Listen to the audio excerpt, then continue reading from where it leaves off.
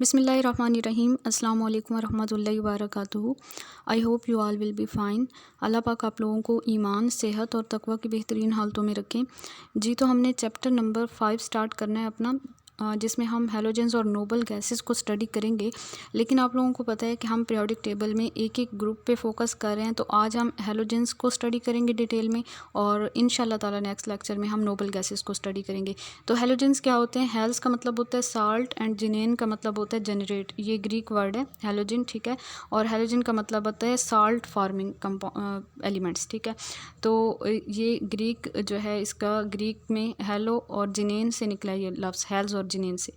अच्छा जी, उसके बाद हम देख लें कि हमारे पास इस ग्रुप में कौन कौन से एलिमेंट्स हैं। तो fluorine, chlorine, bromine, iodine, astatine और टेनिसिन, ये सारे एलिमेंट्स जो हैं वो हैलोजेंस कहलाते हैं। और इनकी अगर फिज़िकल स्टेट्स की बात करें, इनके कलर वगैरह की बात करें, तो फर्स्ट टू जो हैं वो आपके पास गैसेस हैं, next one is liquid and next two are solids, ठीक है। बल्कि बाकी सारी सॉलिड्स होंगे। तो फ्लोरीन जो है ये येलो डायोटॉमिक गैस है, क्लोरीन ग्रीनिश येलो क्लोरीन जो है वो डायोटॉमिक गैस है ये भी। ब्रोमीन की बात करते हैं तो ये रेडिश ब्राउन लिक्विड होता है। आयोडीन जो है ये पर्पल ब्लैक सॉलिड होता है, ठीक है, या फिर हम कह सकते हैं कि वायलेट ब्लैक सॉलिड होता है। इसके अलावा आयोडीन के बारे में बता दूं कि मेटालिक अपीयरेंस होती है इसकी। और फिर एस्टाटीन और टेनिसिन की बात करते हैं तो ये जो है रेडियो एक्टिव एलिमेंट्स हैं। अब इसके अलावा कुछ इंपॉर्टेंट पॉइंट्स मैंने इस साइड पे लिखे हैं कि हमारे पास जो क्लोरीन है ये 1.9% जो है वो सी वाटर में बाय मास प्रेजेंट है क्लोरीन, ठीक है। इसके अलावा आयोडीन के बारे में इंपॉर्टेंट पॉइंट ये है कि ये सब्लाइम करती है, और सब्लिमेशन के बाद डीप वायलेट वेपर्स जो हैं वो इसके बनते हैं। इसके अलावा आयोडीन I2 की फॉर्म में तो प्रेजेंट होती है आयोडीन, ठीक है। इसके अलावा आयोडीन जो है इसकी बाकी फॉर्म्स हो सकती हैं I3 negative, I5 negative, I7 negative and I9 negative. In anions की फॉर्म में भी आयोडीन जो एलिमेंट है ये एग्जिस्ट करता है। इसके अलावा एस्टाटीन की बात करें तो 32 आइसोटॉप्स हैं एस्टाटीन की, और जो इसका मोस्ट स्टेबल आइसोटॉप है उसकी जो हाफ लाइफ है वो 8.3 आवर्स है, ठीक है। और वो है जी एस्टाटीन 210। उसके बाद नेक्स्ट जी टेनिसिन की बात करते हैं। तो टेनिसिन जो है ये एक मैन मेड एलिमेंट है, और इसको 2009 में बनाया गया था। ये एक आर्टिफिशियली प्रोड्यूस एलिमेंट है। इसका जो मोस्ट स्टेबल आइसोटॉप है 294, उसकी हाफ लाइफ है तकरीबन 80 मिली सेकेंड्स, ठीक है। उसके बाद इनकी इलेक्ट्रॉनिक कन्फिग्रेशन की बात करें तो आप लोग बखूबी वाकिफ़ हैं कि हम स्टेप बाय स्टेप जा रहे हैं। तो जो पिछला हमारा ग्रुप था उसमें general electronic configuration NS2 NP4 थी, ठीक है। और इनमें होती है NS2 NP5, यानी कि टोटल 7 इलेक्ट्रॉन होते हैं वैलेंस शेल में। तो ये वैलेंस शेल की इनकी कन्फिग्रेशन हो गई। और यहाँ पे N, आप लोग इस N से भी वाकिफ़ ही हैं कि फ्लोरीन जो है वो सेकंड ग्रुप से, सेकंड पीरियड से बिलोंग करता है, तो उसका N में जो है वो 2 आ जाएगा, यानी कि उसके 2 शेल्स होते हैं। फिर क्लोरीन के 3 होते हैं, तो 3s2 3p5 और इस तरह नीचे बढ़ते जाएंगे। तो एक एक स्टेप पे जो है वो एक एक शेल इंक्रीज़ होगा। तो हमारे पास जो प्रिंसिपल क्वांटम नंबर है वो भी एक एक जो है वो प्लस होता जाएगा। एस्टाटीन जो है is formed by decay of uranium and thorium. ये थोरियम और यूरेनियम के डिके से एस्टाटीन को बनाया जाता है। और इसके अलावा जो हैलोजेंस हैं ये इंटर हैलोजन कंपाउंड्स भी बनाते हैं, और इनके जो इंटर हैलोजन कंपाउंड्स होते हैं वो ज़्यादा रिएक्टिव होते हैं as compare to halogen itself. जैसे कि इंटर हैलोजन कंपाउंड में आपके पास एक्स प्राइम हम लिख सकते हैं। इनका जनरल फार्मूला एक्स जो है वो एक हैलोजन होगा और एक्स प्राइम जो है वो दूसरा हैलोजन। मीन के एक हैलोजन के दूसरे हैलोजन के साथ जो कंपाउंड्स होते हैं उनको हम इंटर हैलोजन कंपाउंड्स कहते हैं। तो इसमें आपके पास क्लोरीन और फ्लोरीन का हो सकता है, या फिर एक क्लोरीन और 3 फ्लोरीन आपस में बना सकते हैं compound, inter halogen compound. ClF5 हो सकता है, BrF3 हो सकता है, BrF5 हो सकता है, IF5 हो सकता है, IF7 हो सकता है। अच्छा जी, उसके बाद हम बात करें तो size, boiling point, melting point, density वगैरह, ये जो तीनों चीज़ें हैं, size, melting point, boiling point और डेंसिटी, ये चारों चीज़ें इंक्रीज़ करती हैं टॉप टू बॉटम। इसकी रीज़न आप लोगों को पता है, साइज़ इंक्रीज़ करता है तो फिर वो इंट्रैक्शंस डाउन द ग्रुप हम जाते हैं ना, तो पोलराइजेबिलिटी बढ़ जाती है, क्योंकि ये नॉन पोलर है ना, इनमें डायटोमिक मॉलिक्यूल्स होते हैं। तो डायटोमिक मॉलिक्यूल्स के दरमियान एंड डायटोमिक मॉलिक्यूल्स हैं और नॉन पोलर हैं, तो वैन डर वाल्स फोर्सेस जो हैं डाउन द ग्रुप स्ट्रॉन्ग होती जाती हैं। तो इस वजह से मेल्टिंग और बॉइलिंग पॉइंट जो है वो इंक्रीज़ करते हैं। और डेंसिटी जो है वो डिपेंड करती है मैस ओवर वॉल्यूम पे। तो मैस चूँकि down the group dominating factor है, तो मैस की वजह से डेंसिटी भी इंक्रीज़ करती है डाउन द ग्रुप।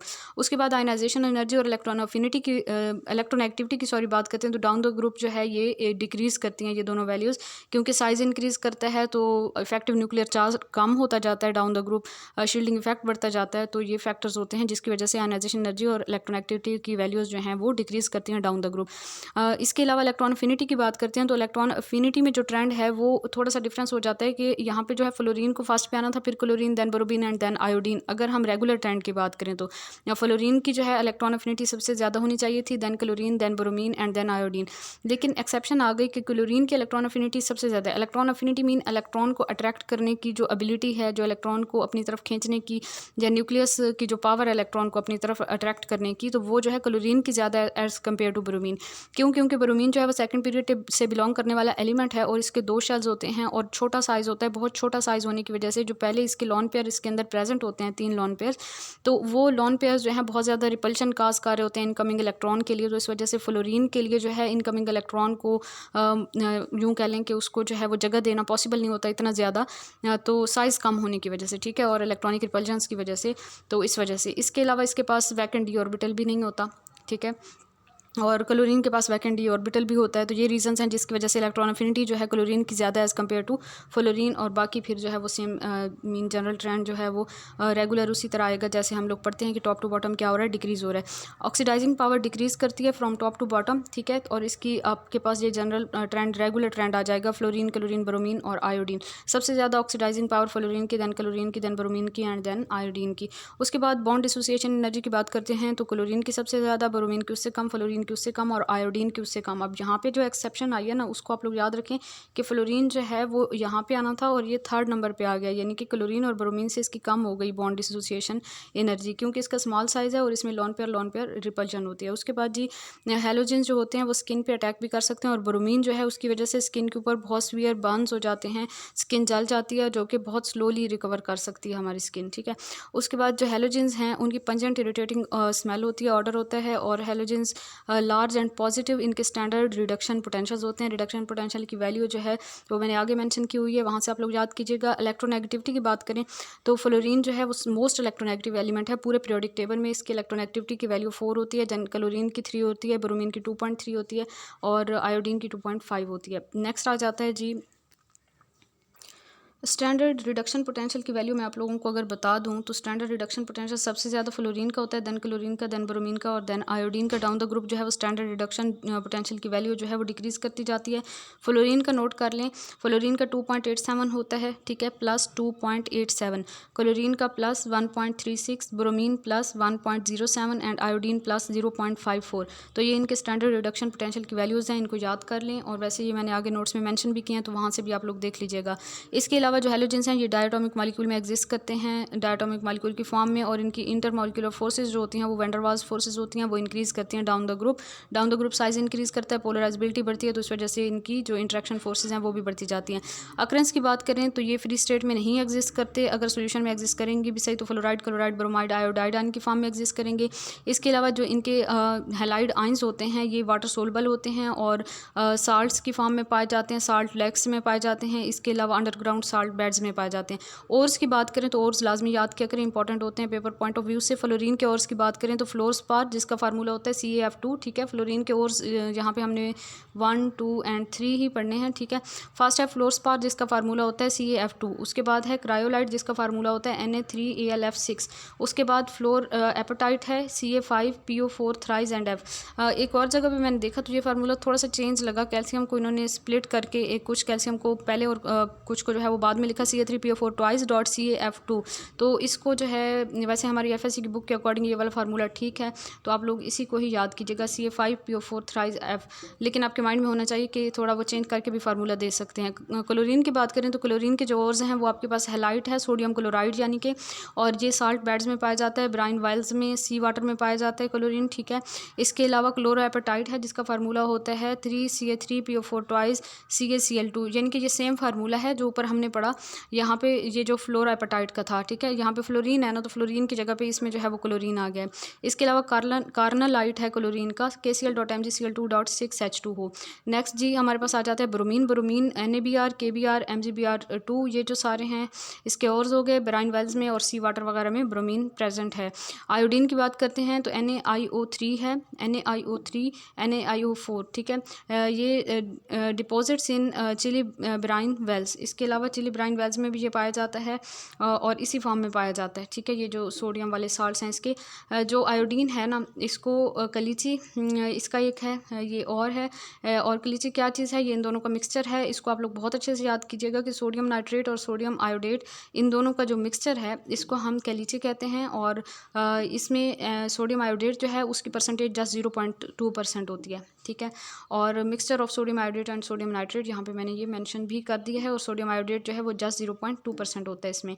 उसके बाद जी नेक्स्ट बात करते हैं हम पिकुलर बिहेवियर ऑफ फ्लोरीन का। तो फ्लोरीन आप लोगों को पता है कि फर्स्ट एलिमेंट है। फर्स्ट एलिमेंट जो है उसका स्मॉल साइज़ होता है, और इसकी वजह से जो है इसकी काफ़ी सारे डिफरेंसेस होते हैं अपने ही ग्रुप मेंबर से, और इसकी इलेक्ट्रॉन एक्टिविटी सबसे ज़्यादा होती है, और इसकी हाईएस्ट फास्ट आयनाइजेशन एनर्जी है। इलेक्ट्रॉन एक्टिविटी सबसे ज़्यादा इसकी, लो डिसोसिएशन एनर्जी होती है इसकी F2 मॉलिक्यूल की as compare to Cl2 and Br2, ठीक है। लो डिसोसिएशन एनर्जी होती है क्योंकि साइज़ कम होता है, और इसके इलेक्ट्रॉन्स की रिपल्जन भी होती है। Valence shell restriction to an octet, और ये ऑक्टेट कंप्लीट करना पसंद नहीं करता। इसकी भी रीज़न वही सेम आ जाती है कि साइज़ बहुत स्मॉल है, तो उस छोटे से शेल के अंदर इतने इलेक्ट्रॉन्स को जो है वो वहाँ पे अरेंज करना जो है मुश्किल हो जाता है, वहाँ पे रिपल्जन काज होती है, तो इस वजह से ऑक्टेट को ये रेजिस्ट करता है। डिसिमिलैरिटीज़ की बात करें इसकी, due to small size form effective overlap and shorter and stronger bonds except with nitrogen oxygen and itself. Oxygen nitrogen और अपने अलावा, यानी कि नाइट्रोजन ऑक्सीजन और फ्लोरीन के अलावा बाकी एलिमेंट्स के साथ जो इसके बॉन्ड्स होते हैं वो शॉर्ट बॉन्ड्स होते हैं और स्ट्रॉन्गर बॉन्ड्स होते हैं। लेकिन नाइट्रोजन ऑक्सीजन और फ्लोरीन अपने साथ जो है वो शॉर्ट और स्ट्रॉन्ग बॉन्ड नहीं बनाता, क्योंकि वहाँ पे वही इलेक्ट्रॉनिक रिपल्जन और स्मॉल साइज़ की बात आ जाती है, और इलेक्ट्रॉन एक्टिविटी भी ज़्यादा होती है। उसके बाद जी हम बात करते हैं लैटिस एनर्जी की। Lattice energy of ionic fluorides is very high. Ionic fluorides की लैटिस एनर्जी बहुत ज़्यादा होती है, ये स्टेबल होते हैं ionic fluorides. That's why fluorides of calcium, magnesium, barium, strontium are insoluble in water. इस वजह से ये स्टेबल होते हैं ना, तो इस वजह से इस कैल्शियम, मैग्नीशियम, बेरियम और स्ट्रॉन्शियम के जो फ्लोराइड्स हैं वो वाटर में इनसोलुबल होते हैं। फ्लोरीन की बहुत कम डिसोसिएशन एनर्जी होती है, सो वेरी रिएक्टिव। इस वजह से फ्लोरीन जो है ये बहुत ज़्यादा रिएक्टिव है, और बाकी जो हैलोजेंस हैं वो बहुत स्लोली रिएक्ट करते हैं under similar conditions. Valence shell is restricted to an octet, ये पहले बता दिया मैंने आप लोगों को। So its many compound show inertness, इस वजह से इसके बहुत से कंपाउंड इनर्टनेस शो करते हैं, यानी कि रिएक्शंस में पार्टिसिपेट नहीं करना पसंद करते। CF4, SF6S इसकी एग्जांपल्स आ गई हैं। That's why its compounds are more stable with respect to dissociation into its elements, इस वजह से इसके कंपाउंड स्टेबल होते हैं, अपने एलिमेंट्स में नहीं टूटते। इसकी सिर्फ -1 ऑक्सीडेशन स्टेट्स होती हैं, और बाकी ऑक्सीडेशन स्टेट आई थिंक मैं आप लोगों को बताना भूल गई हूँ, वो मैं ऊपर दोबारा एक्सप्लेन करती हूँ। Only fluorine react with the noble gases directly like xenon and radon to give fluoride. सिर्फ यही फ्लोरीन वाहिद एलिमेंट है जो नोबल गैसेस के साथ डायरेक्टली रिएक्ट करना पसंद करता है। अब हम ऊपर आ जाते हैं अपने फर्स्ट पेज पे। फर्स्ट पेज पे ऑक्सीडेशन स्टेट मैंने यहाँ पे लिखी हुई थी। ऑक्सीडेशन स्टेट की बात करें तो हेलोजेंस जो है -1 ऑक्सीडेशन स्टेट सारे हेलोजेंस शो करते हैं, ठीक है। +1 बाकी फ्लोरीन जो है वो जस्ट -1 शो करता है, बाकी सारे जो है वो +1 ऑक्सीडेशन स्टेट शो करते हैं, +3 ऑक्सीडेशन स्टेट शो करते हैं, +5 शो करते हैं, एंड +7 भी शो करते हैं। तो ये इनकी ऑक्सीडेशन स्टेट्स को आप लोग याद रखिए, बाकी सारा मैंने एक्सप्लेन कर दिया था। उसके बाद जी नेक्स्ट हम आ जाते हैं अपने उस पॉइंट पे जहाँ पे हमने छोड़ा था जी। यहाँ पे ऑक्सीडाइजिंग पावर्स की बात करें तो बहुत हाई इनकी इलेक्ट्रॉन एफिनिटी और इलेक्ट्रॉन एक्टिविटी की वैल्यूज़ होती हैं। अब फ्लोरीन जो है वो सबसे ज़्यादा इलेक्ट्रोनेगेटिव है, तो ये इसमें सबसे ज़्यादा एबिलिटी होगी इलेक्ट्रॉन को गेन करने की और फ्लोराइड आयन में चेंज होने की। क्लोरीन में उससे कम होगी, ब्रोमीन में उसमें उससे कम, और आयोडीन में उससे कम होगी, ठीक है। फर्स्ट डे और सेकंड डे वाले जो एलिमेंट्स हैं यानी कि एल्कली और अल्कलाइन अर्थ मेटल्स जो हैं ये ऑक्सीडाइज हो जाती हैं जब हेलोजेंस के साथ रिएक्ट करती हैं, और हेलोजन जो है इट सेल्फ रिड्यूस हो जाते हैं। मीन के हेलोजन जो है वो क्या है, ऑक्सीडाइजिंग एजेंट्स हैं कि दूसरों को ऑक्सीडाइज करवा देते हैं। Halogen having low dissociation energy, high electron affinity and high hydration energy of the ions is better oxidising agent. एक ऐसा हेलोजन जिसकी डिसोसिएशन एनर्जी कम हो, उसकी इलेक्ट्रॉन अफिनिटी की वैल्यू ज़्यादा हो और उसकी हाइड्रेशन एनर्जी ज़्यादा हो उसके आयंस की, तो वो बेटर ऑक्सीडाइजिंग एजेंट होता है। ऑक्सीडाइजिंग एजेंट कौन से होते हैं कि जो ईजिली डिसोसिएट हो जाएँ, ठीक है, और उनके इलेक्ट्रॉन अफिनिटी की वैल्यू ज़्यादा हो, मतलब कि दूसरी स्पीशीज से इलेक्ट्रॉन ले लें ताकि जो दूसरी स्पीशी है उसकी ऑक्सीडेशन हो जाए, ये खुद जो है वो रिड्यूस हो जाए। हाइड्रेशन एनर्जी इनके आयंस की ज़्यादा हो ताकि वाटर वाटर में जो है ये हाइड्रेटेड फॉर्म में मौजूद रह सकें। ठीक है, जैसे हम फ्लोरीन, क्लोरीन, ब्रोमीन और आयोडीन की बात करें, इनके ट्रेंड की बात करें तो डाउन द ग्रुप जो है इनकी ऑक्सीडाइजिंग पावर डिक्रीज होती जाती है। Fluorine can oxidise all halides ion into halogens diatomic form. ठीक है, फ्लोरीन जो है सारे हैलाइड आयन को उनकी डायटोमिक फॉर्म में कन्वर्ट कर देगा। मीन कि इनकी ऑक्सीडेशन स्टेट यहाँ पे -1 है तो यहाँ पे 0 हो जाती है, यानी कि इनकी ऑक्सीडेशन हो जाएगी और फ्लोरीन इटसेल्फ जो है वो रिड्यूस हो जाएगा। क्लोरीन सिर्फ अपने से नीचे वाले एलिमेंट यानी कि उसके ग्रुप में जो उससे नीचे प्रेजेंट है ब्रोमीन और आयोडीन की ऑक्सीडेशन करवा सकता है। ब्रोमीन अपने से नीचे वाले आयोडीन की, और आयोडीन जो है वो किसी की भी ऑक्सीडेशन नहीं करवा सकेगा। Fluorine and chlorine can oxidise colour dyes. Fluorine और क्लोरीन कलर डाइज को ऑक्सीडाइज कर देते हैं कलरलेस सब्सटेंसेस में, जैसे कि लिटमस है, यूनिवर्सल इंडिकेटर्स वगैरह हैं। During bleaching chlorine act as oxidising agent. Bleaching के दौरान क्लोरीन जो है ये ऑक्सीडाइजिंग एजेंट के तौर पे काम करता है। कंपाउंड्स ऑफ हैलोजेंस की बात करते हैं तो हाइड्राइड्स हैं सबसे पहले, हाइड्रोजन एसिड्स या जिनको हम हाइड्रोजन हैलाइड्स भी कहते हैं। हाइड्राइड्स को हैलोजन एसिड्स या हाइड्रोजन हैलाइड्स भी कहते हैं। सारे जो हैलोजेंस हैं वो हाइड्राइड्स बनाते हैं HX की फॉर्म में। ठीक है, और क्योंकि इनके पास एक इलेक्ट्रॉन की कमी होती है तो वो इलेक्ट्रॉन गेन करके और मेटल के हाइड्रोजन के साथ जो है ये हाइड्राइड बनाते हैं। Reaction of fluorine with hydrogen is explosive. Fluorine का हाइड्रोजन के साथ जो रिएक्शन है वो एक्सप्लोसिव है। इलेक्ट्रॉन की शेयरिंग होगी यहाँ पे। क्लोरीन का जो रिएक्शन है हाइड्रोजन के साथ वो सनलाइट की मौजूदगी में होता है। ब्रोमीन और आयोडीन का जो है वो हाई टेम्परेचर पे होता है। मीन के स्लो रिएक्शन होता है, नॉर्मल कंडीशंस पे नहीं हो सकता। यहाँ पे आगे जो है इक्वेशंस की फॉर्म में यही वाले रिएक्शंस बताए हुए हैं। फ्लोरीन का हाइड्रोजन के साथ रिएक्शन जो होता है बहुत ज़्यादा एक्सप्लोसिव होता है। इसको इक्वेशन की फॉर्म में हम इस तरह से लिख सकते हैं, हाइड्राइड बनेगा यानी कि फ्लोराइड बनेगा, और क्लोरीन का हाइड्रोजन के साथ रिएक्शन जो है सनलाइट की प्रेजेंस में होता है, और इन दोनों का जो रिएक्शन है ये हाई टेम्परेचर पर होता है। ब्रोमीन का भी और आयोडीन का बहुत ज़्यादा इतना स्लो होता है कि ये रिवर्सिबल होता है। मीन के प्रोडक्ट्स दोबारा जो है वो रिएक्टेंट्स में जाना शुरू हो जाते हैं। और ये जो डायरेक्ट मेथड है हाइड्राइड्स की फॉर्मेशन का, ये just hydrogen chloride and hydrogen bromide की फॉर्मेशन के लिए यूज़ किया जाता है। हाइड्रोजन फ्लोराइड और हाइड्रोजन क्लोराइड जो हैं इनको प्रिपेयर किया जाता है by reaction of concentrated sulphuric acid with fluorides and chloride. Sulphuric acid, concentrated sulphuric acid का फ्लोराइड या क्लोराइड के साथ जब हम रिएक्शन करते हैं तो हमारे पास फ्लोराइड और जो हाइड्राइड्स हैं वो हमें मिलते हैं, यानी कि हाइड्रोजन फ्लोराइड और हाइड्रोजन ब्रोमाइड हमें मिलेगा। ठीक है, यानी कि इनके हाइड्राइड्स मिल जाते हैं रिस्पेक्टिव। और reaction of bromine and iodine give free halogen due to partial oxidation of HX। अच्छा, यहाँ पे आप डिफरेंस याद रखिएगा। अगर ब्रोमीन या आयोडीन का रिएक्शन हम करवाते हैं तो हमारे पास जो है वो फ्री हैलोजेंस ऑब्टेन होते हैं, क्योंकि पार्शियल ऑक्सीडेशन हो जाती है HX की। यही वाले ऊपर वाला रिएक्शन आप अपने माइंड में रखें ना। यहाँ पे फ्लोराइड और क्लोराइड की बात कर रहे हैं ना, सोडियम फ्लोराइड और सोडियम क्लोराइड की। तो अगर हम इनकी जगह पे ब्रोमाइड या आयोडाइड ले लें और उनका कंसनट्रेटेड सल्फ्यूरिक एसिड के साथ रिएक्शन करवाएं तो हमें फ्री फॉर्म में हैलोजेंस मिलेंगे in spite of hydride.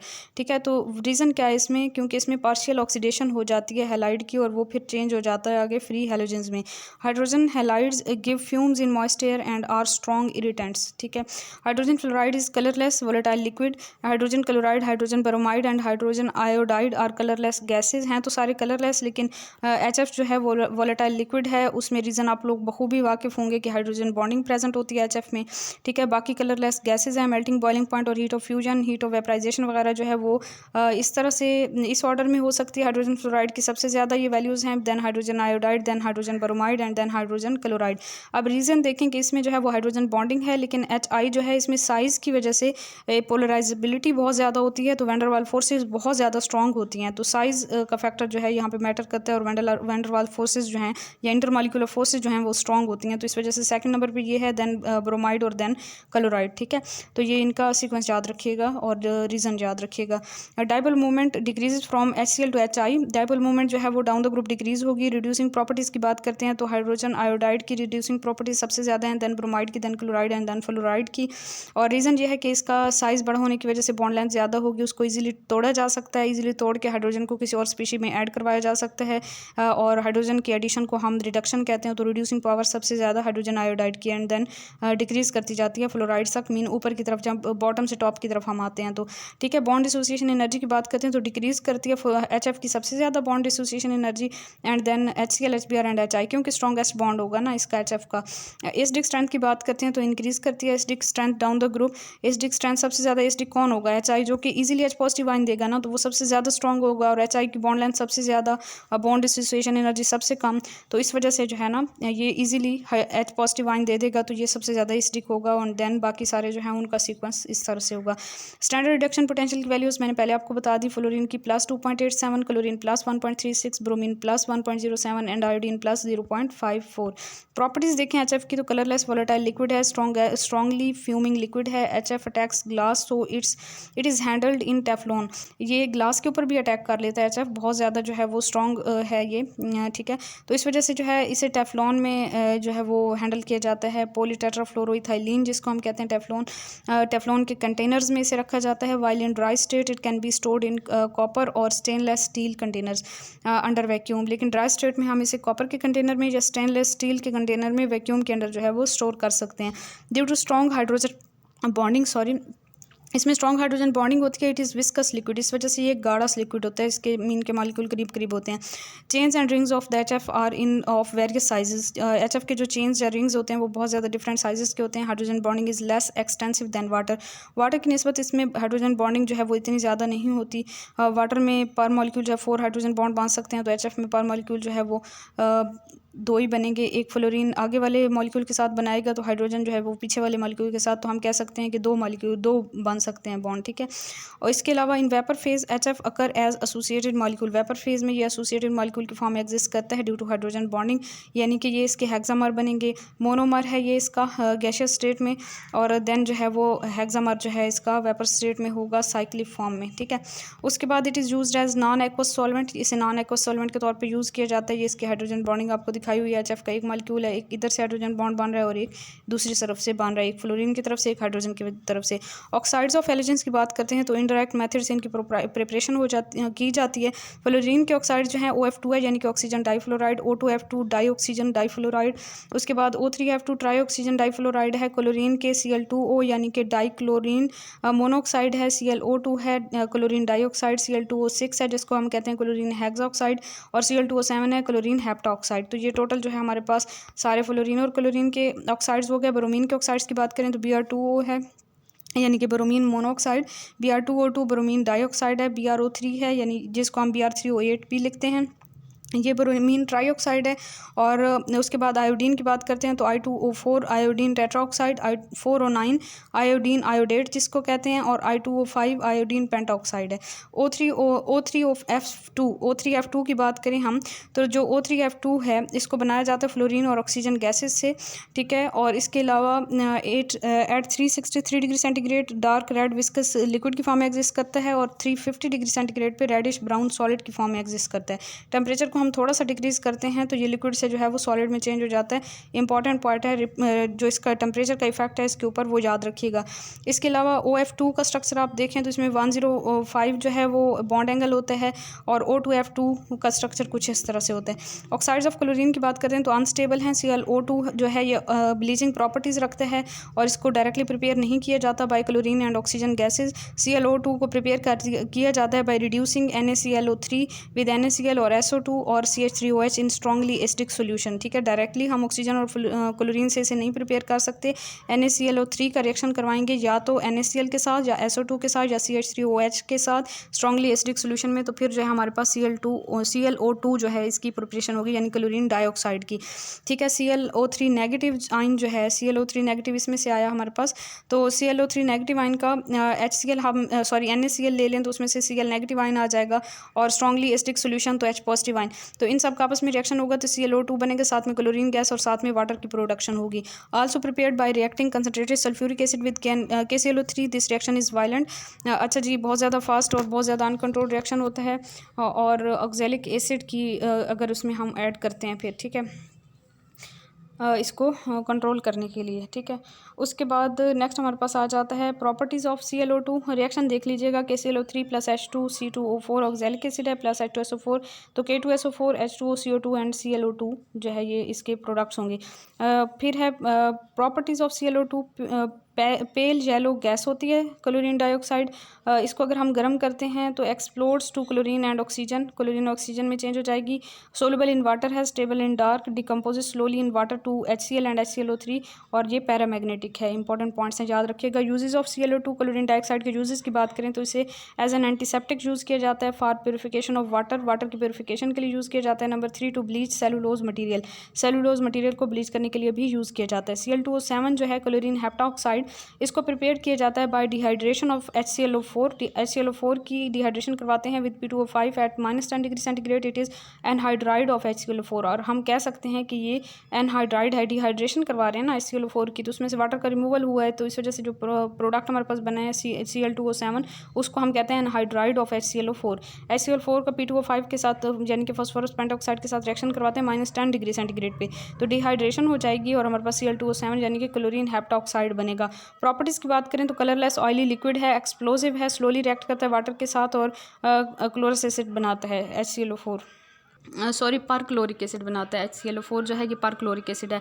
Oxides of bromine की बात करें, ब्रोमीन के ऑक्साइड्स की बात करें तो डार्क वोलेटाइल लिक्विड्स होते हैं, लो थर्मल स्टेबिलिटी होती है इनकी। Br2O की बात करें यानी कि ब्रोमीन मोनोऑक्साइड की, तो इसको प्रिपेयर किया जाता है by reacting vapours of mercuric oxide with vapours of bromine with mercuric oxide at 50 degree centigrade. तो आपके पास जो है वो HgBr2 बनेगा और साथ में ब्रोमीन मोनोऑक्साइड की प्रिपरेशन होगी।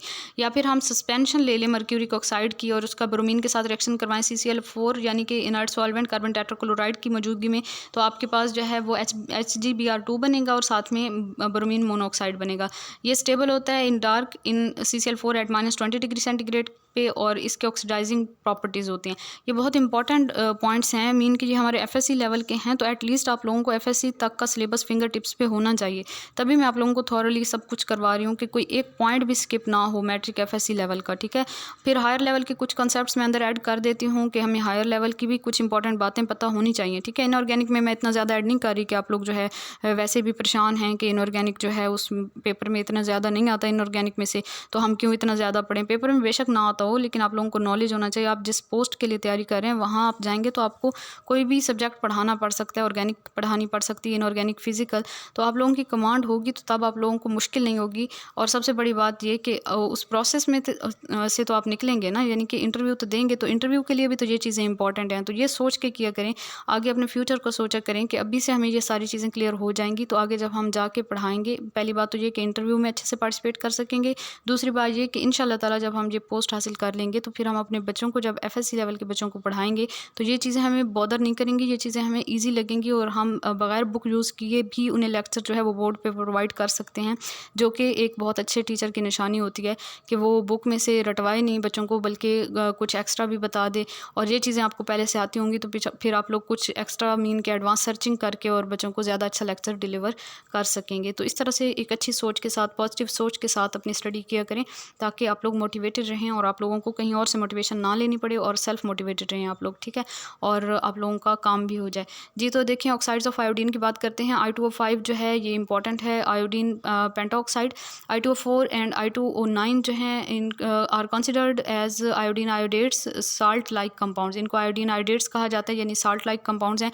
I2O5 जो है ये इंपॉर्टेंट है। इसकी प्रिपरेशन की बात करें तो आयोडिक एसिड को 240 डिग्री सेंटीग्रेड पे हीट करते हैं तो हमारे पास आयोडीन पेंटाऑक्साइड और वाटर बनते हैं।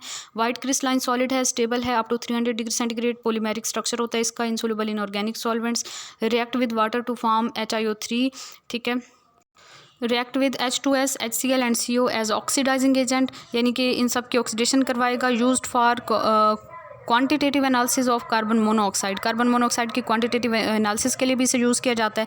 कार्बन मोनोऑक्साइड के साथ आयोडीन आयोडेट का रिएक्शन करवाया जाता है तो आयोडीन जो है ये फ्री फॉर्म में आ जाएगी और कार्बन डाइऑक्साइड की प्रोडक्शन होगी यहाँ से जी। उसके बाद हम बात करते हैं reaction of chlorine with cold and hot NaOH, जहाँ हम कह सकते हैं reaction of halogens with alkalis, ठीक है। क्लोरीन, ब्रोमीन, आयोडीन कोई भी ये जो है वो रिएक्ट कर सकते हैं अल्कलीज के साथ, कोल्ड और हॉट फॉर्म में जो है इनके डिफरेंट प्रोडक्ट्स बन सकते हैं, ठीक है। तो हम यहाँ पे देखें ना तो डिस्प्रोपोर्शनेशन रिएक्शन होता है कोल्ड और हॉट जब अल्कलीज के साथ हेलोजेंस का रिएक्शन करवाते हैं। डिस्प्रोपोर्शनेशन रिएक्शन एक ऐसा रिएक्शन होता है जिसमें हमारा जो भी एलिमेंट है एलिमेंटल फॉर्म में जो हमारे पास जैसे कि हेलोजन है यहाँ पे, तो इसी की ऑक्सीडेशन भी होगी और रिडक्शन भी होगी, ठीक है, यानी कि सेल्फ ऑक्सीडेशन रिडक्शन रिएक्शन होगा ये। तो इसी की हेलोजन की ऑक्सीडेशन और रिडक्शन हो रही है। यहाँ से ये जीरो स्टेट से -1 में जाएगा, ऑक्सीडेशन स्टेट डिक्रीज हुई है तो इसकी रिडक्शन हुई है। यहाँ पे ऑक्सीडेशन स्टेट इंक्रीज हो रही है +1 में है तो यहाँ पे इसकी ऑक्सीडेशन हुई है, ठीक है। ऑक्सीडेशन स्टेट डिक्रीज होने का मतलब होता है रिडक्शन, ऑक्सीडेशन स्टेट इंक्रीज होने का मतलब होता है ऑक्सीडेशन। ऑक्सीडेशन, ठीक है। तो यहाँ पे आप देखें क्लोरीन का जब हम cold and dilute solution of NaOH के साथ रिएक्शन करवाते हैं तो 15 डिग्री सेंटीग्रेड पे, तो फिर क्लोरीन की सेल्फ ऑक्सीडेशन रिडक्शन होती है, ठीक है। क्लोरीन जो है सोडियम क्लोराइड में इसकी रिडक्शन हो गई और सोडियम हाइपोक्लोराइड में जो है इसकी ऑक्सीडेशन हो गई, साथ में वाटर की प्रोडक्शन होती है। ऑक्सीडेशन स्टेट देख के आप बता सकते हैं कि इसकी ऑक्सीडेशन हुई है या रिडक्शन हुई है। उसके अलावा हम इसको जनरल इक्वेशन की फॉर्म में इस तरह लिख सकते हैं, यानी कि मैंने आपको कहा कि X जो है वो Cl हो सकता है, Br हो सकता है या I हो सकता है, तो इस वजह से आप जनरल रिएक्शन इस तरह से लिख सकते हैं। तो आपके पास सेम बस प्रोडक्ट होंगे, जस्ट X की जगह पे आप Cl, Br या I लगा सकते हैं। इसके अलावा अगर हॉट और कंसनट्रेटेड NaOH के साथ रिएक्शन करवाते हैं ना, तो फिर हॉट और कंसनट्रेटेड NaOH के साथ रिएक्शन की आप यही वाली इक्वेशन लिख सकते हैं, या फिर आप इसको इस तरह लिखेंगे कि ये आपके पास जो हाइपोक्लोराइड बना है ना, उसी को आगे जो है 70 डिग्री सेंटीग्रेड पे ले आएँ, तो ये फिर चेंज होगा। यहाँ पे आप ऑक्सीडेशन स्टेट देखें तो यहाँ पे इसकी ऑक्सीडेशन स्टेट +1 है क्लोरीन की, तो नेक्स्ट प्रोडक्ट में -1 में एक हो गई और एक में +5 में, तो यहाँ इसकी रिडक्शन हुई है -1 में और +5 में ऑक्सीडेशन सोडियम क्लोरेट बना है, ठीक है। ओवरऑल रिएक्शन की बात करें तो दोनों रिएक्शन को आप प्लस कर दें, आपके पास ओवरऑल रिएक्शन होगा 6 NaOH + 3 Cl2 is change into 5 NaCl, NaClO3 and H2O। ये था ना हमारे पास फर्स्ट कोल्ड और डाइल्यूट वाला, देन हॉट एंड कंसनट्रेटेड वाला। तो दोनों रिएक्शन को हमने लिखा, इसमें से जो चीज़ें कट होती हैं उनको कट कर दें, ठीक है, और बाकी को प्लस कर दें। 3O2 5, ठीक है, 3O2 5 NaCl हो गया, और यहाँ पे NaClO3, तो NaClO3 जो है वो आपके पास कितने हो गए, वाटर के मॉलिक्यूल्स 3 हो गए। और जस्ट अ मिनट, रिएक्टेंट्स और प्रोडक्ट्स की साइड पे आप देखें तो NaClO जो है ये तीनों कट जाएंगे आपस में।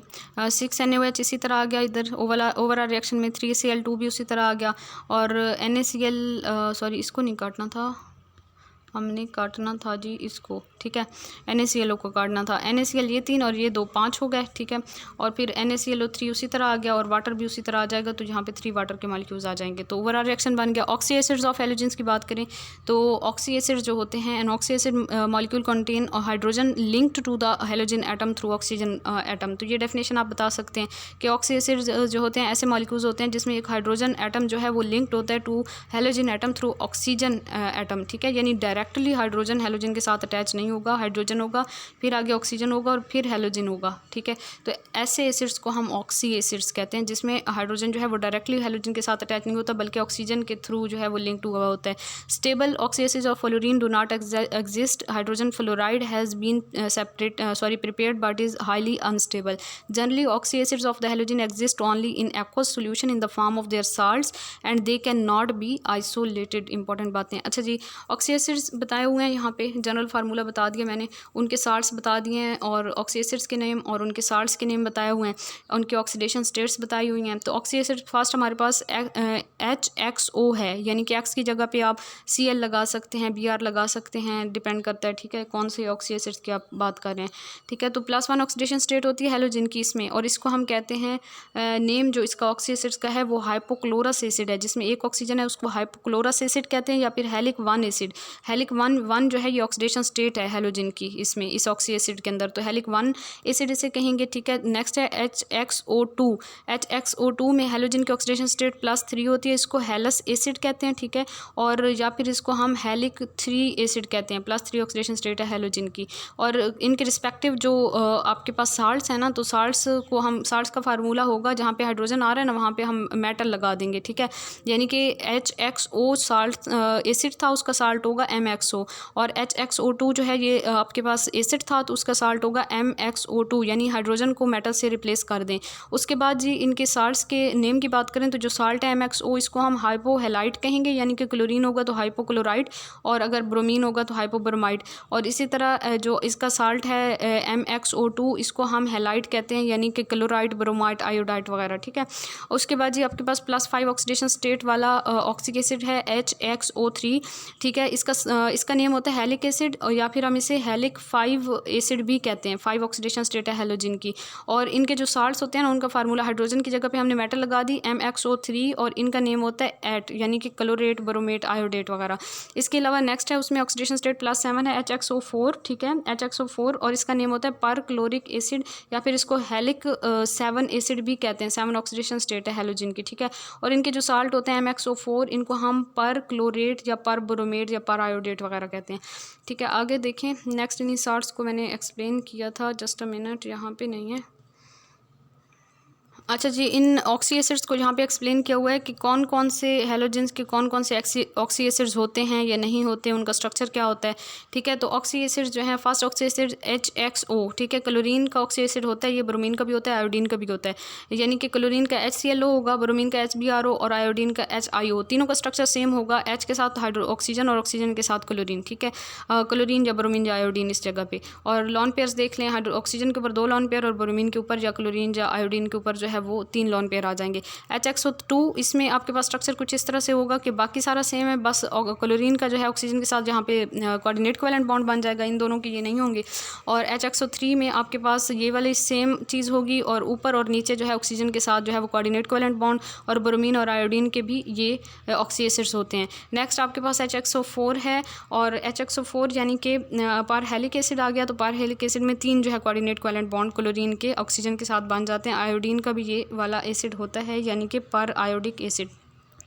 तो बहुत ही सिंपल से स्ट्रक्चर्स हैं, बहुत आसान हैं, और इनको आप लोग ड्रा कीजिए, इनको रिवाइज़ कीजिए बार बार। +1 +3 +5 एंड +7 ऑक्सीडेशन स्टेट्स हो गई हैलोजेंस की। इनमें इनके नेम याद कीजिए, इनके सार्ट्स के नेम याद कीजिए।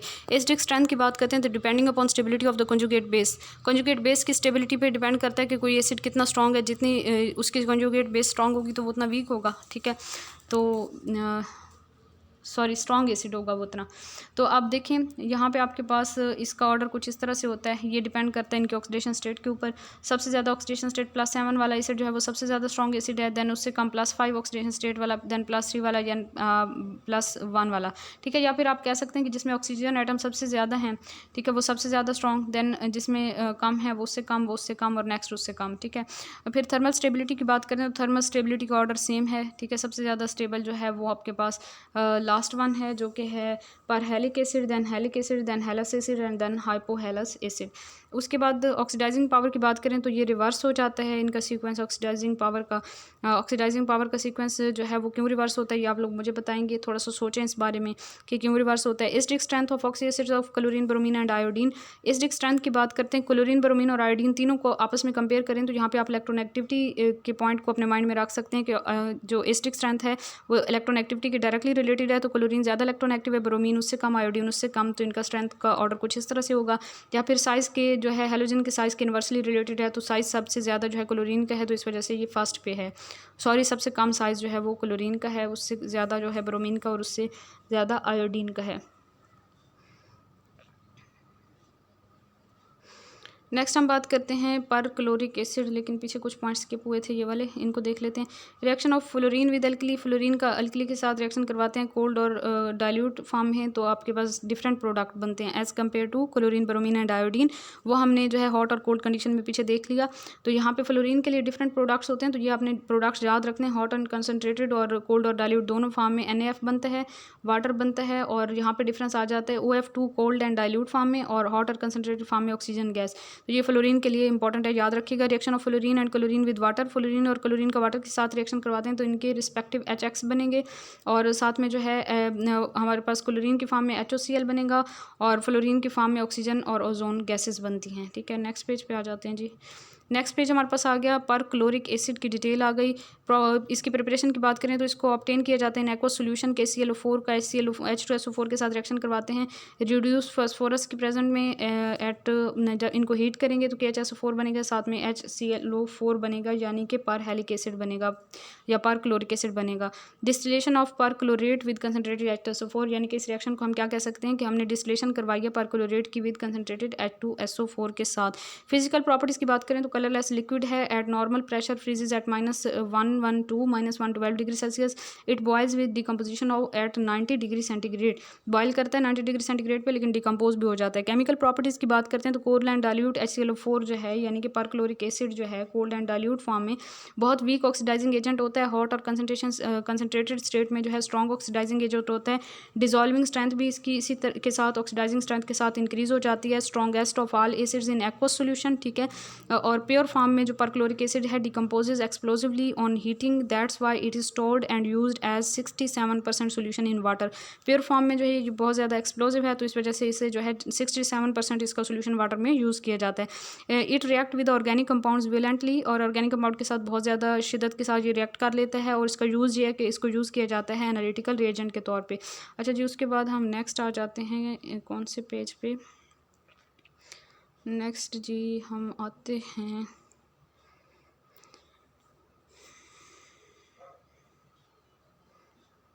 निशान लगा होगा यहाँ पे, जस्ट अ मिनट। हाँ जी, ये है आपके पास ये वाला पेज, ये वाला निशान असल में मैं ढूंढ रही थी। रिएक्टिविटी टुवर्ड मेटल्स की बात करते हैं। हैलाइड्स जो है इनके मेटल हैलाइड्स जो होंगे, बहुत से मेटल हैलाइड्स बनते हैं इनके MX, MX2, MX3 और अप टू सो ऑन। और हम बेसिकली इनके कंपाउंड्स पढ़ रहे हैं ना, तो कंपाउंड्स को यहाँ पे मैं स्टडी कर रही हूँ, फिर अंदर के कुछ पेजेस मैंने स्किप किए हैं क्योंकि वो फिर हम बाद में देखेंगे, ठीक है। वो एक सीक्वेंस को लेके चल रहे हैं। और कोवेलेंट करैक्टर जो होता है ना इनके हैलाइड्स का, वो जिसमें हैलोजेंस एटम जो हैं यानी कि MX2 का ज़्यादा होगा और MX का उससे कम होगा। इसी तरह जो आपके पास है इनके,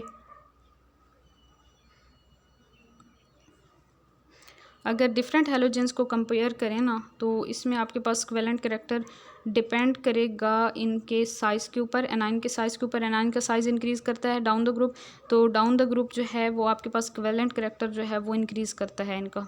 सबसे कम फ्लोराइड, फिर bromide, then chloride, bromide and then iodide. और इसके अलावा हम कैटाइन के साइज़ के लिहाज से देखें ना, तो सबसे कम साइज़ फ्लोरीन का है, तो उसमें सबसे कम इक्विवेलेंट करैक्टर। देन अच्छा जी, कैटाइन के साइज़ में ना हम ये जो एल्कली मेटल्स हैं उनके साइज़ की बात करें, तो कैटाइन का साइज़ जितना कम होगा कोवेलेंट करैक्टर उतना ज़्यादा होगा। एनाइन का साइज़ जितना ज़्यादा होगा, यानी कोवेलेंट करैक्टर का एनाइन के साइज़ के साथ डायरेक्टली रिलेशन है और कैटाइन के साइज़ के साथ इन्वर्स रिलेशन है। तो इस वजह से लिथियम फ्लोराइड सबसे ज़्यादा कोवेलेंट करैक्टर रखता है, फिर sodium fluoride, potassium fluoride, rubidium fluoride and caesium fluoride, ठीक है। और ये जो है हमारे पास फजान रूल है जो कि BSc में है, तो वहाँ से आप देख सकते हैं। Solubility of AgX, silver iodide की सोलिबिलिटी की बात करते हैं, तो सिल्वर फ्लोराइड जो है वो सबसे ज़्यादा सोलबल है, उससे कम silver chloride, then silver bromide, silver iodide. और प्रेसिपिटेट्स याद रख लीजिएगा, सिल्वर क्लोराइड के वाइट प्रेसिपिटेट्स बनते हैं, ब्रोमाइड के पेल येलो प्रेसिपिटेट बनते हैं, आयोडाइड के येलो प्रेसिपिटेट बनते हैं। और इसमें रीज़न होती है ड्यू टू पोलराइजेशन, यानी कि इलेक्ट्रॉनिक ट्रांजिशंस की वजह से। डाउन द ग्रुप जो है आप जाते हैं तो साइज़ इंक्रीज़ करता है और पोलराइजेशन भी इंक्रीज़ करती है, तो इस वजह से सोलिबिलिटी जो है वो इफेक्ट होती है। Reaction of halogen with other halogens, inter halogen compounds की बात करें तो मैंने आपको बताया था कि XX प्राइम टाइप इनके कंपाउंड्स बनते हैं जिनमें इनके डिफरेंट ऑक्सीडेशन स्टेट्स होते हैं। पोलैरिटी डेवलप हो जाती है ड्यू टू इलेक्ट्रोनेगेटिविटी डिफरेंस। और यहाँ पे जो हमारे पास कंपाउंड बनते हैं ना, उनमें हम ये कहते हैं कि जो X है उसका साइज़ बड़ा है देन X प्राइम, ठीक है, जनरल फार्मूले को एक्सप्लेन करने के लिए। This compounds are more reactive than halogens, ये हैलोजन से ज़्यादा रिएक्टिव होते हैं। क्यों? क्योंकि इनमें पोलैरिटी डेवलप हो जाती है इलेक्ट्रोनेगेटिविटी के डिफरेंस की वजह से। ClF3 की अगर बात करें तो इसका स्ट्रक्चर याद कीजिएगा कि T शेप है, और इसमें हाइब्रिडाइजेशन भी याद कीजिएगा कि CF3 में sp3d हाइब्रिडाइजेशन होती है। BRF5 में आप बात करें तो इसका स्क्वायर पिरामिडल स्ट्रक्चर होता है, यहाँ पे मैंने बनाया, और sp3d2 जो है इसकी हाइब्रिडाइजेशन होती है। IF7 की बात करें तो इसका स्ट्रक्चर को हम पेंटागोनल बाईपिरामिडल कहते हैं, और sp3d3 जो है इसकी हाइब्रिडाइजेशन होती है।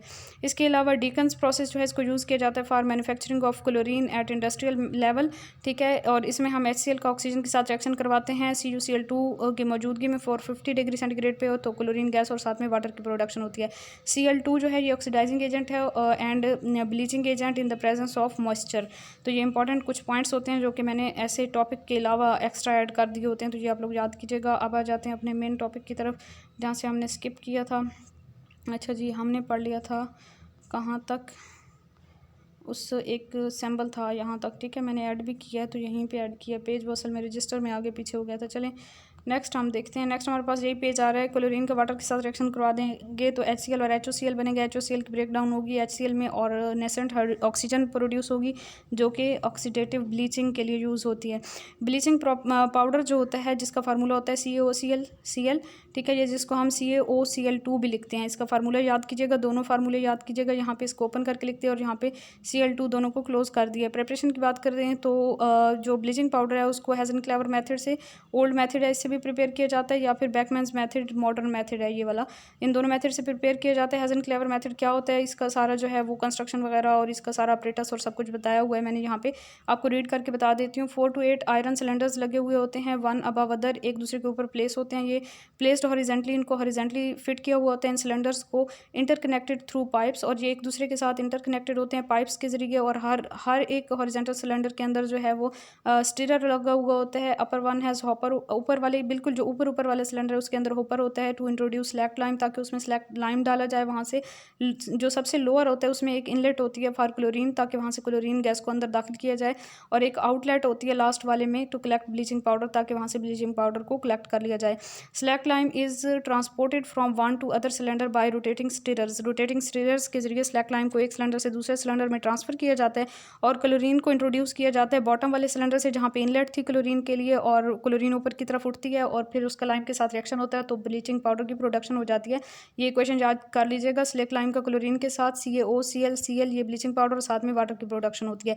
बेकमैन्स मेथड की बात करते हैं, जो कि आपके पास क्या है, जी हाँ, जो कि आपके पास मॉडर्न मेथड है। कास्ट आयरन टॉवर इसमें यूज़ होता है, जिसमें 8 हॉरिजेंटल शेल्व्स लगे हुए होते हैं, ईच विद रोटेटिंग रैक, और हर एक के साथ एक रोटेटिंग रैक लगा हुआ होता है। अपर विद हॉपर, ऊपर वाले में हॉपर होगा स्लैक लाइम इंट्रोड्यूस करवाने के लिए, और लोअर वन में एक आउटलेट होती है जिसके जरिए ब्लीचिंग पाउडर को कलेक्ट किया जाता है। बेस पर जो है जो lower base of the tower there is inlet for chlorine and hot air. अच्छा, वहाँ पे जस्ट क्लोरीन की बात कर रहे थे ओल्ड मेथड में, तो यहाँ पे जो है क्लोरीन और हॉट एयर दोनों को जो है वो बेस से, टावर की बेस से जो इंट्रोड्यूस करवाया जाता है। Operators work on counter current principle, जहाँ पे ऑपरेटर्स जो है काउंटर करंट प्रिंसिपल पे जो है वर्क कर रहे होते हैं, तो इस वजह से ज़्यादा से ज़्यादा रिएक्शन होता है क्लोरीन का लाइम के साथ, और उसके लॉस होने के चांसेस बहुत कम होते हैं। तो ब्लीचिंग पाउडर जो है वो हमें ज़्यादा मिलता है, और ब्लीचिंग पाउडर जो बनता है उसको स्टोर किया जाता है एयर टाइट कंटेनर्स के अंदर to avoid loss of chlorine, ताकि उसमें से क्लोरीन गैस जो है वो निकले नहीं। फिजिकल प्रॉपर्टीज़ की बात करें तो जो ब्लीचिंग पाउडर होता है वो येलोइश वाइट पाउडर होता है, और इसकी स्ट्रॉन्ग स्मेल होती है जैसे कि क्लोरीन की स्मेल होती है। केमिकल प्रॉपर्टीज़ की बात करते हैं तो ये एज एन ऑक्सीडाइजिंग एजेंट काम करता है। वाटर की मौजूदगी में Ca2 positive, Cl negative and ClO negative यानी कि हाइपोक्लोराइट आयन में चेंज होगा। तो हाइपोक्लोराइट आयन की वजह से ही इसकी ऑक्सीडाइजिंग प्रॉपर्टीज़ होती हैं। रिएक्शन विद डाइल्यूट एसिड की बात करते हैं तो डाइल्यूट एसिड के साथ जी ये बनाता है हाइपोक्लोरस एसिड, ठीक है। और उसके बाद हम बात करते हैं रिएक्शन विद एक्सेस एसिड, ज़्यादा एक्सेस यानी कि एसिड की ज़्यादती के साथ जब हम इसका रिएक्शन करवाते हैं तो क्लोरीन गैस की प्रोडक्शन होती है। The amount of the chlorine liberated is called available chlorine, यानी कि जब भी हम एक्सेस ऑफ एसिड के साथ ब्लीचिंग पाउडर का रिएक्शन करवाते हैं तो वहाँ से जितनी क्लोरीन गैस इवॉल्व होती है उसको हम कहते हैं अवेलेबल क्लोरीन। और ये जो क्लोरीन है अवेलेबल क्लोरीन, ये हमें बताती है about activity of bleaching powder. Average percentage जो अवेलेबल क्लोरीन की होती है ब्लीचिंग पाउडर के अंदर वो 35 to 40% होती है। इंपॉर्टेंट पॉइंट है, याद रखिएगा, ठीक है। एवरेज परसेंटेज क्लोरीन की ब्लीचिंग पाउडर के अंदर 35 to 40%। Bleaching action of bleaching powder is due to oxidative character, ये पहले भी मैंने आपको बता दिया कि उसमें नेसेंट ऑक्सीजन भी प्रोड्यूस होती है ना, तो इस वजह से ब्लीचिंग एक्शन जो है वो ऑक्सीडेटिव करेक्टर है। SO2 की ब्लीचिंग जो थी वो रिडक्टिव थी, और H2O2 की ब्लीचिंग जो होती है वो भी ऑक्सीडेटिव। और जो ऑक्सीडेटिव ब्लीचिंग होती है वो परमानेंट ब्लीचिंग होती है, और जो रिडक्टिव ब्लीचिंग होती है वो टेम्परेरी ब्लीचिंग होती है। Reaction with HX produce corresponding halogens, HX के साथ इसका रिएक्शन करवाएंगे तो करस्पॉन्डिंग हेलोजन बनेगा, यानी कि H बेयर के साथ करवाया तो ब्रोमीन बनेगी। रिएक्शन विद NH3 के साथ रिएक्शन करवाएंगे तो ऑक्सीडाइज कर देगा NH3 को N2 में। इक्वेशन याद करने की ज़रूरत नहीं है, जस्ट ये याद कर लें कि NH3 को इसने N2 में चेंज कर देना है, उसकी ऑक्सीडेशन करवा देनी है। रिएक्शन विद CO2 को चेंज कर देगा CaCO3 में। यहाँ पे आप जो है ना कार्बन की ऑक्सीडेशन स्टेट निकाल के पता कर सकते हैं कि इसकी ऑक्सीडेशन हुई है या रिडक्शन हुई है। यूजेस की बात करें तो lab preparation of chlorine and oxygen, for manufacturing of chloroform as disinfectant and in sterilizing of water, for making unshrinkable wool, for bleaching cotton, linen and paper pulp। फिर हमारे पास आ जाते हैं commercial uses of halogens and there compounds. Fluorine के uses की बात करते हैं तो इसको यूज़ किया जाता है for preparation of freon. Commercial name है of low molecular mass fluorochlorocarbon, यानी कि CCl2F2 या फिर CClF2, used as refrigerants and aerosol propellant, ठीक है। और fluorides in toothpaste build a protective coating on teeth, fluoride जो टूथपेस्ट में यूज़ किए जाते हैं वो हमारे टीथ के ऊपर प्रोटेक्टिव कोटिंग डेवलप करते हैं। Use to prepare Teflon Teflon बनाने के लिए भी फ्लोरीन को यूज़ किया जाता है। टेफ्लॉन क्या है? पॉली टेट्राफ्लोरोइथाइलीन कंपाउंड होते हैं और इनका फार्मूला होता है CF2 सिंगल बॉन्ड CF2 और ये N यूनिट्स जो हैं वो आपस में कंबाइन होंगे, ठीक है। पॉली है ना, पॉली टेट्राफ्लोरोइथाइलीन कंपाउंड होते हैं ये, और ये एक इंपॉर्टेंट प्लास्टिक है और इस प्लास्टिक को यूज़ किया जाता है। इसको ये जो है not attacked by strong acid alkalies and oxidizing agent, and इसको यूज़ किया जाता है to make corrosion proof parts of machinery. इसके अलावा इसको यूज़ किया जाता है for non stick coating of cooking pans, ठीक है। Use for coating electrical wiring, इसके अलावा इलेक्ट्रिकल वायरिंग की कोटिंग के लिए भी यूज़ किया जाता है। यूजेस ऑफ क्लोरीन की बात करते हैं तो क्लोरीन को यूज़ किया जाता है to prepare bleaching powder, bleaching powder बनाने के लिए इसे यूज़ किया जाता है। To prepare HCl cheapest industrial acid, HCl बनाने के लिए भी इसे यूज़ किया जाता है और HCl जो है वो चीपेस्ट इंडस्ट्रियल एसिड है। इसके अलावा क्लोरीन को यूज़ किया जाता है for preparation of antiseptics, insecticides, weed killers and herbicides, ठीक है। और जो हमारे पास इंसेक्टिसाइड्स की बात करें ना, तो एक इंसेक्टिसाइड का नेम याद कर लीजिएगा यहाँ पे, हेक्साक्लोरो साइक्लोहेक्सेन जो है ये एक इंसेक्टिसाइड है जिसे क्लोरीन से बनाया जाता है, यानी कि बेंजीन जो है ना उसका रिएक्शन करवाया जाता है, बेंजीन का रिएक्शन करवाया जाता है क्लोरीन के साथ, तो आपके पास बनता है जी साइक्लोहेक्सेन।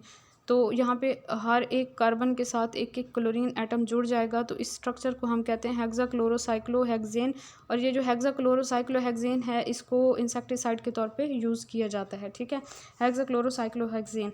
इसके अलावा DDT बनाने के लिए भी इसे यूज़ किया जाता है। DDT होता है जी डाइक्लोरोडाइफिनाइल ट्राइक्लोरोइथेन, और DDT जो है ये क्या है? ये एक पेस्टिसाइड है, ठीक है। DDT का फार्मूला भी मैं आप लोगों को बता देती हूँ। DDT का फार्मूला होता है, यहाँ पे एक बेंजीन रिंग होती है आपके पास और साथ में यहाँ पे कार्बन, यहाँ पे देन अगेन बेंजीन रिंग, और इधर भी एक कार्बन एटम जो है वो ऊपर होता है और उस कार्बन के साथ फिर 3 क्लोरीन एटम लगे होते हैं यहाँ पे, ठीक है। यहाँ पे 3 क्लोरीन एटम होंगे और नीचे यहाँ पे हाइड्रोजन है और इन दोनों बेंजीन रिंग के साथ जो है एक एक क्लोरीन एटम होता है।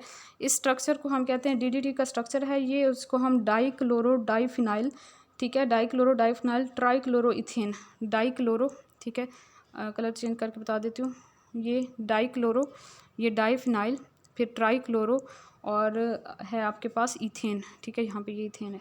समझ आ गई?